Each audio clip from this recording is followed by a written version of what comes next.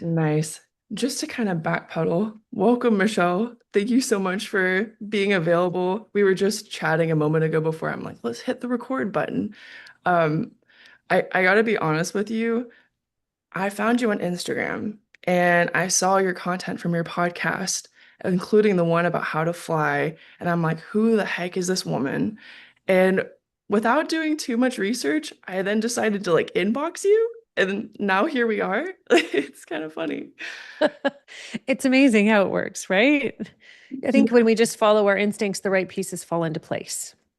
Right. And I'm really glad you've been so receptive. I think like we were mentioning, we're both kind of, I mean, you've created so much content on like consciousness and like quantum reality and creation.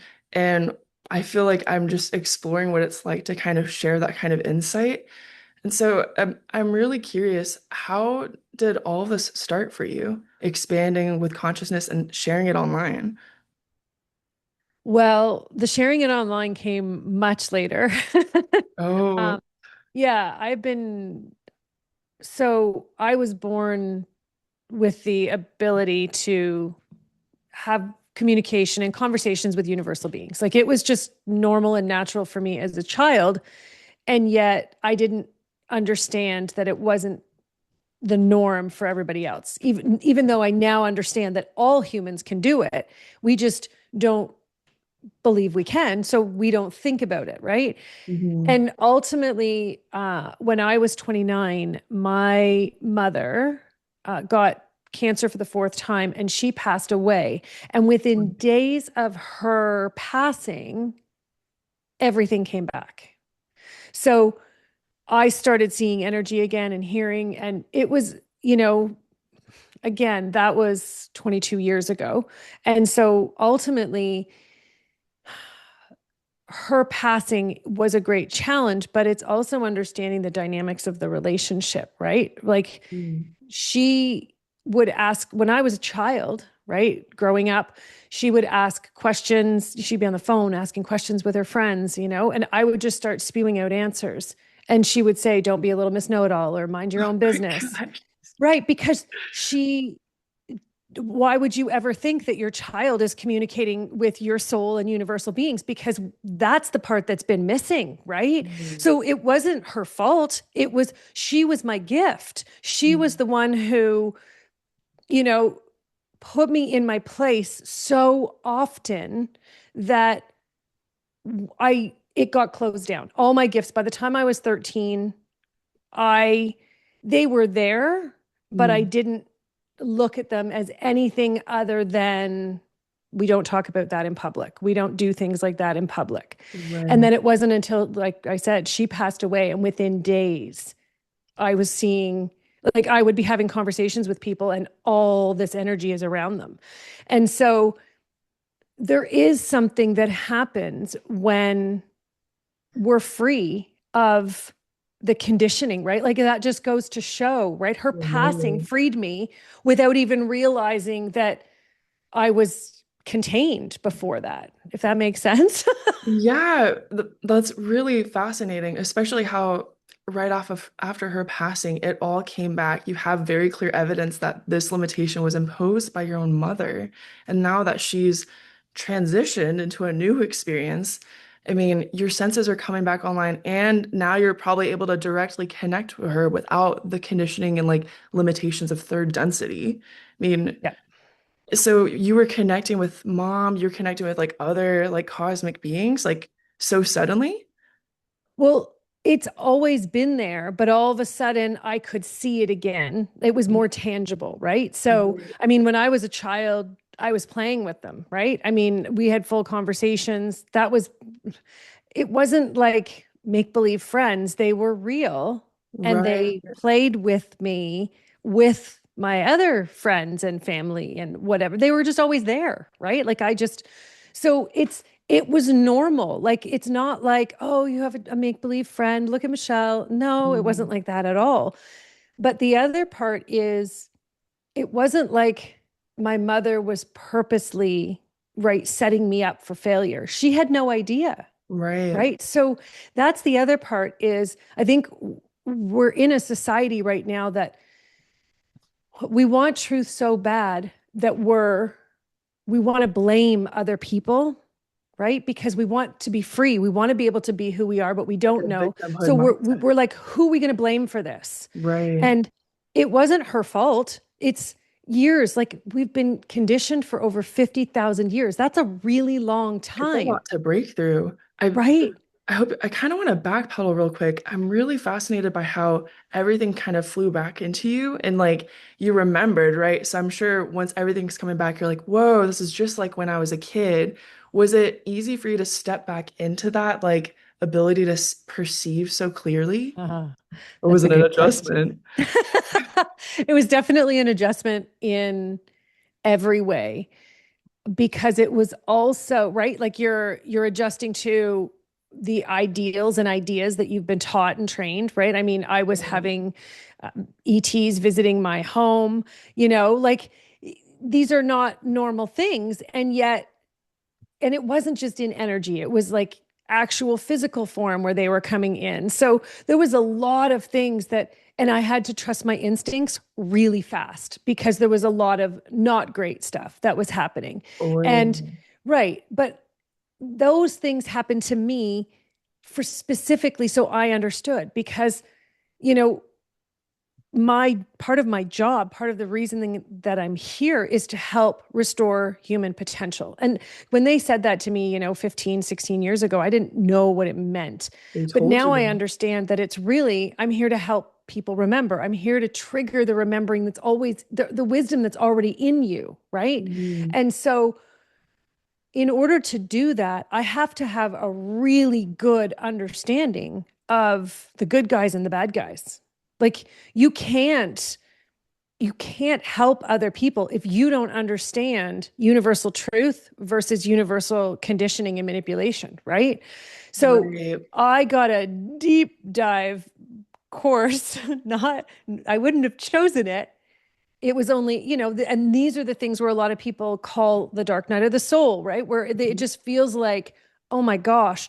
And I was going through it with others and with beings that blah, at the time I didn't know, I didn't understand.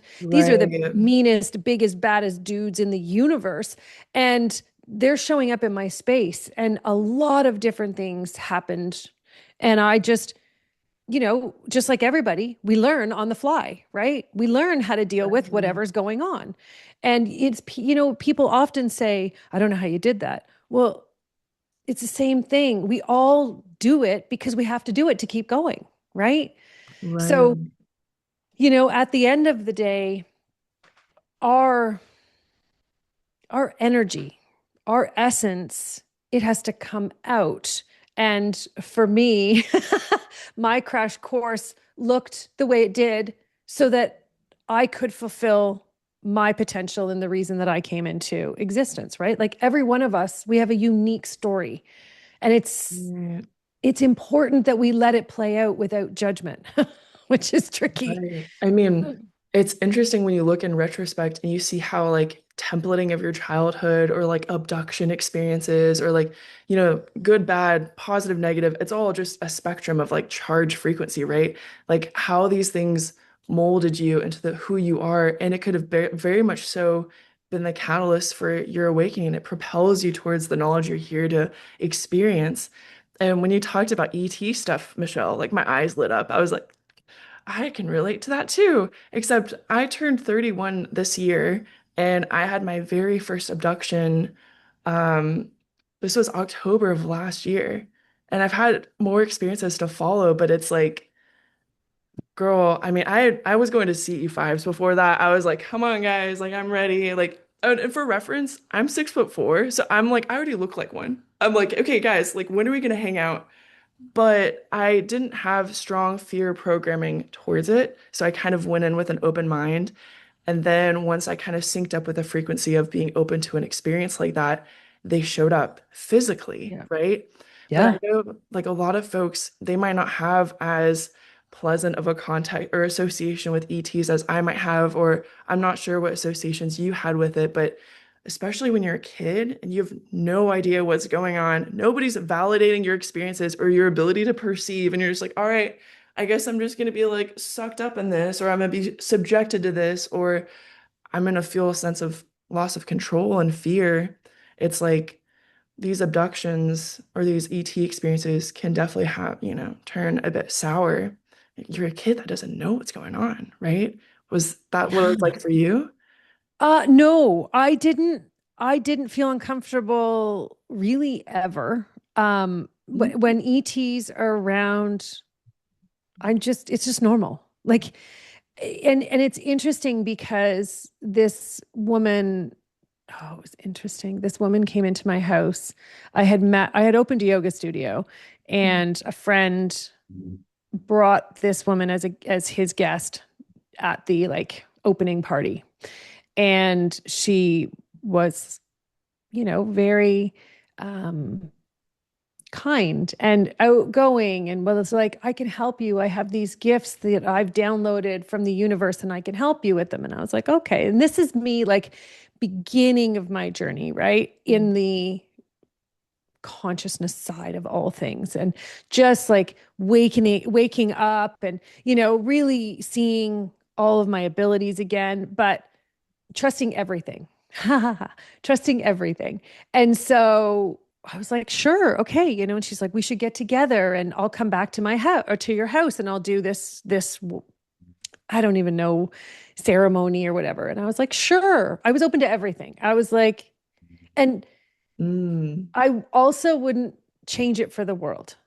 That's the other thing. I wouldn't change anything about my story and my journey, even though there's some things that still make me squirm and be really uncomfortable, right? Like, Right. how did I put myself in that position? But, none of this I would change. My teenage years, definitely. But, anyways, that's a Yeah, whole other you story. But she came back and I had a massage table and it was set up and it was just, it was like another energy kind of transmission, right? Mm. Like a modality kind of thing. And that's how she had presented it. And I was like, sure, great. Okay. So I'm laying on this table. I'm in the living room in my home and she's doing whatever she's doing. And all I hear in my head is, open your eyes. I was like, I'm not opening my eyes.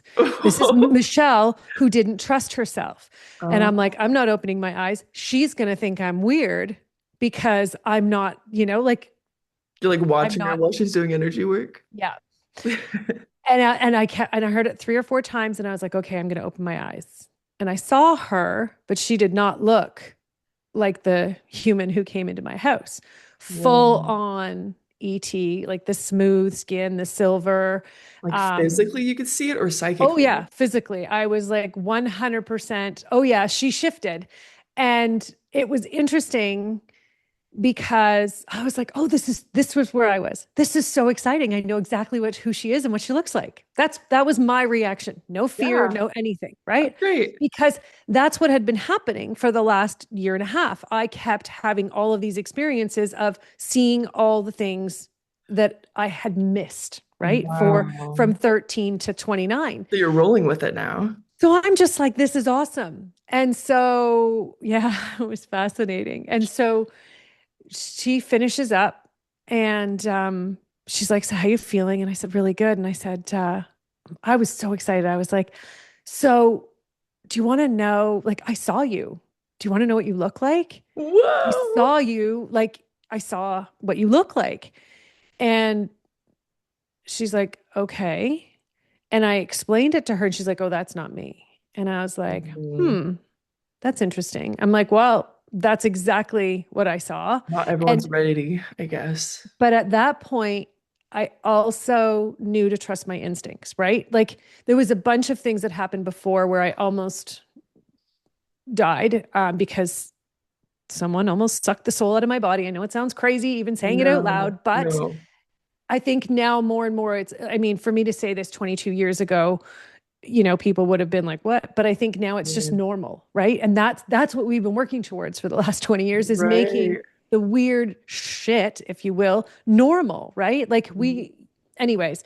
So I trusted my instincts and I was like, no, I know. But I didn't feel anything bad. Mm-hmm.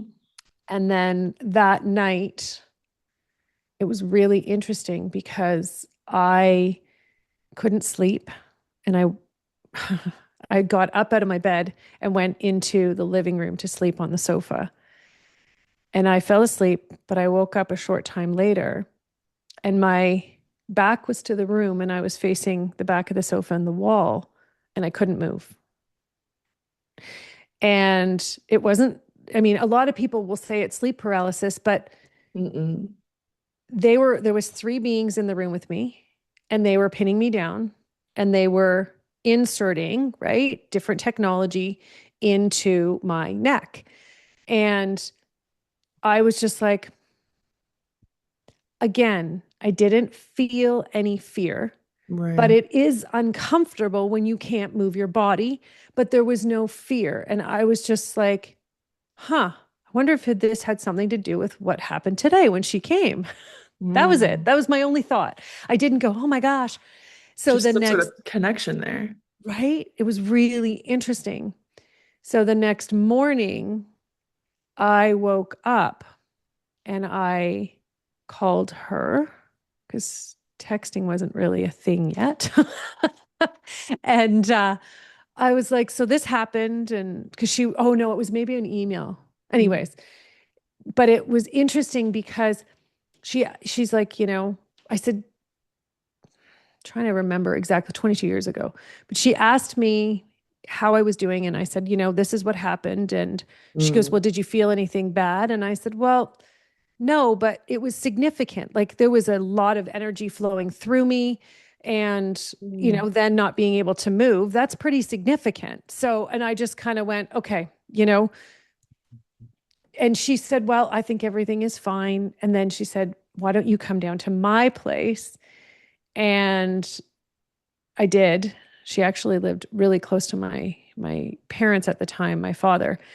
And that was such a weird, it was just, it was like switch had flipped and she was just strange. And Wow. I was like, okay. So her mission was finished with me. Hmm. And so I was like, okay, this is just too weird. It was, it was very strange. There's a lot of little things that she would Yeah. say, and her nuances had changed considerably, like just her way of being, right? Her physicalness. She And like I was embodied like, her higher selves, one of her yeah, higher selves. well, it, when I feel back into it now, it's like she had become her real self. And when she was with me before, right, she was a persona that she showed up as. And Oh. so now I was seeing her real self, which was a completely different experience, right? So, Mm. again, I never went, I don't know why. I don't know why. I really couldn't tell you why. I never went into fear um, for my life. Well, because my life wasn't in danger, is really why, right? There was other times Mm. where I have a number of times, um, but those were part of the beings who came here to manipulate, right? And then I can even, like, they're showing me even now. Sorry, this is what happens. And I drop in and then I'm Yeah, do off your thing. running and I apologize. I don't want to hijack your Girl, I'm weird too. The company I keep is also weird. This is totally fine. awesome. Yeah. So it, I mean, that was, I mean, as far as ETs specifically, that humanity thinks of ETs, like the gray skin, and and it was a bunch of other people afterwards were like, "Oh, she's a gray," and still, I'm like, I think that humanity, we've been trained to put names and labels on things so that we can be comfortable, so we can understand, Mm. and to me, it doesn't really matter. It doesn't matter what someone's name is, what they're, when people will say, like, what's my soul's name, or what's my guide's name, or what's this angelic, or what's this being, universal being's name. I'm like, does it matter? They just shared something so significant with you that's going to change your life.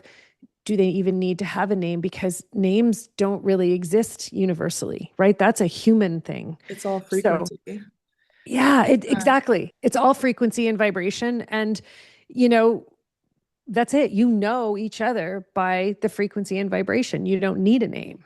Yeah. Right. No, I mean this is all very interesting. I'm like I'm like I could splinter this off into so many different directions.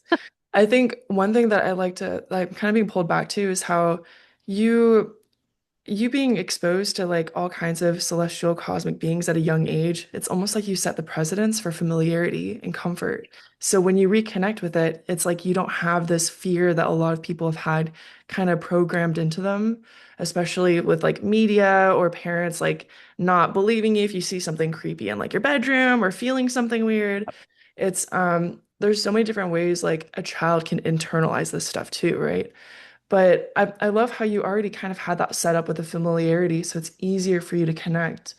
And whereas for me as a kid, when I was really young, I would feel the presence of like spooky dead people or something else. And then I would just hide under the covers and like for some reason, I felt like I couldn't talk about it with, well, I know reasons, but I felt like I couldn't talk about it with my parents.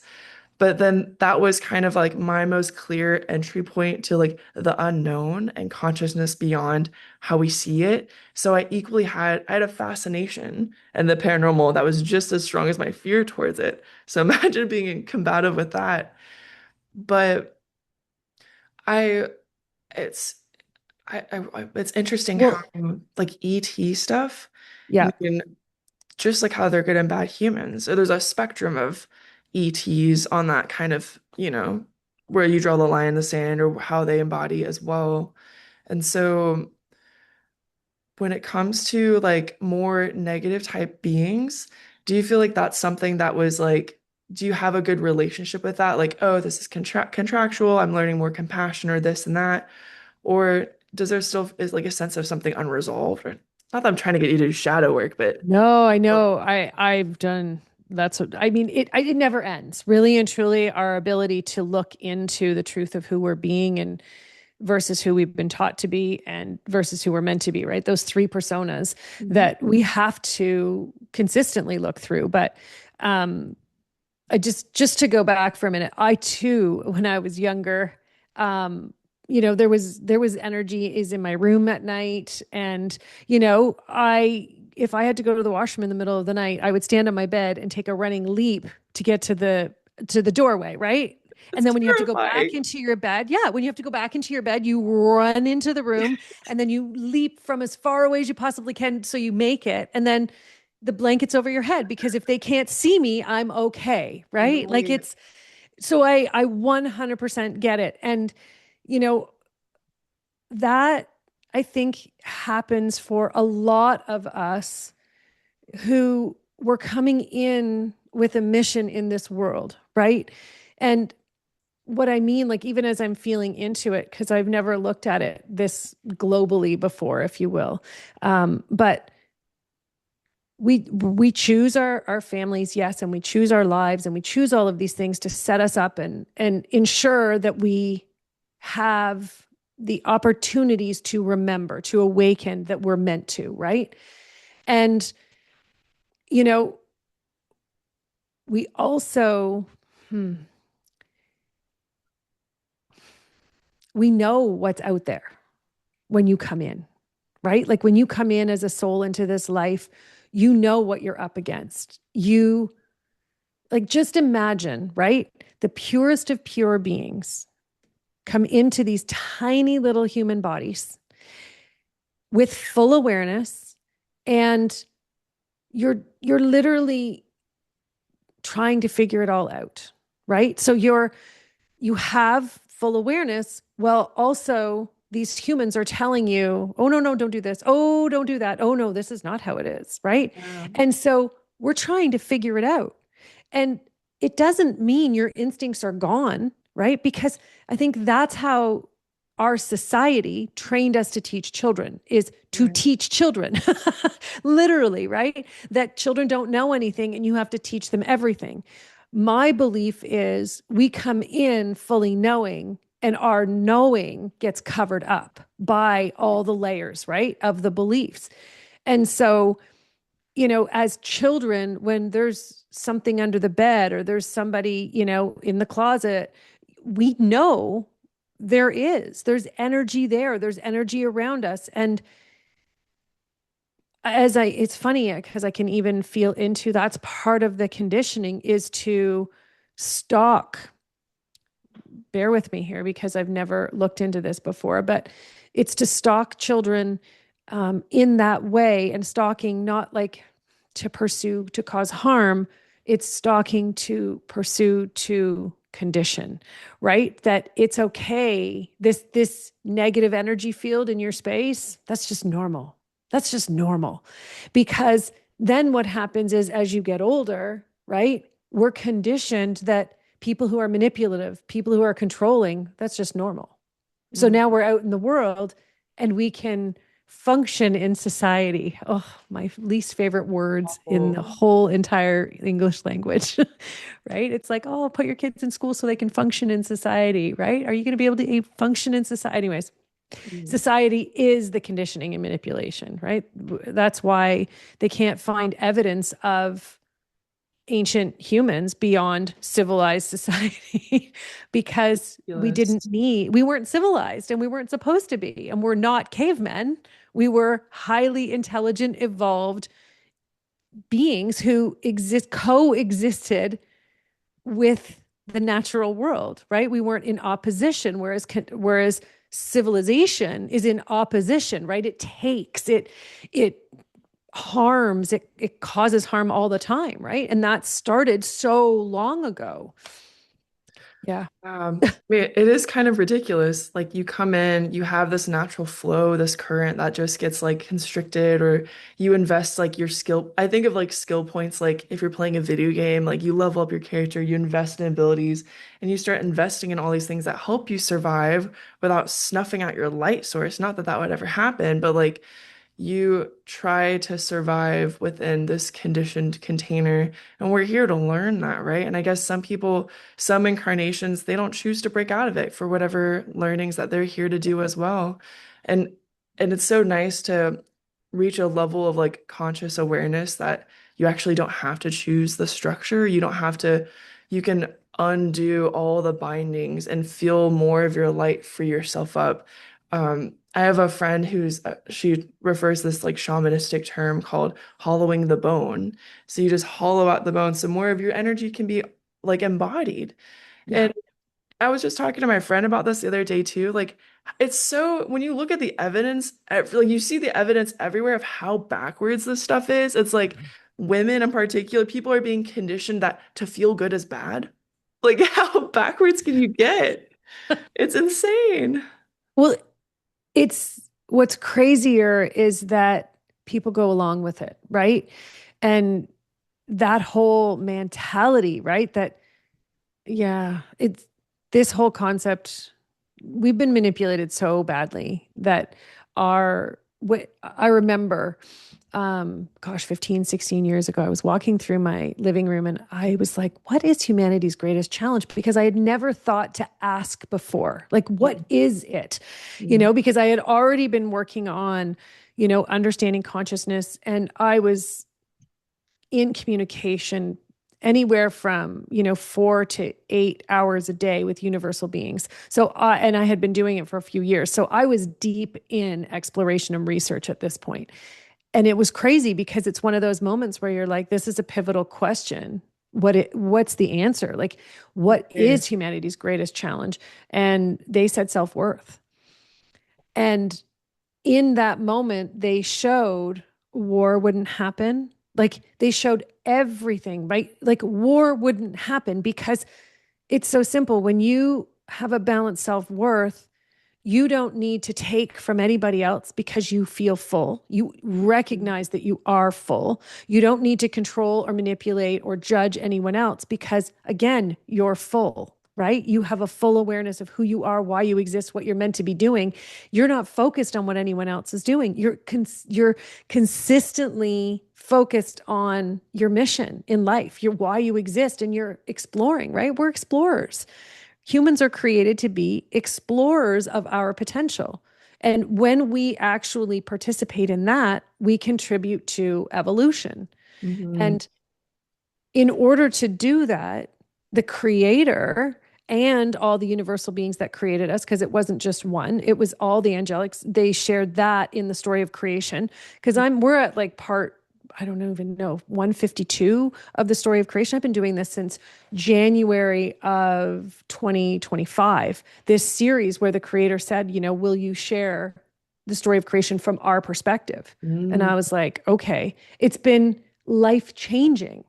And the people that are watching and following through, like, their gifts are coming back, their abilities are coming back, they're triggering all this wisdom and awareness inside of them.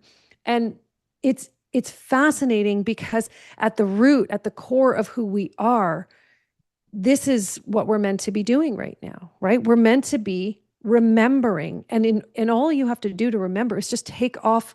It's like, someone kept putting layers in the way so you can't see it. So it's just like, okay, we got to take rid of that one, get rid of that one.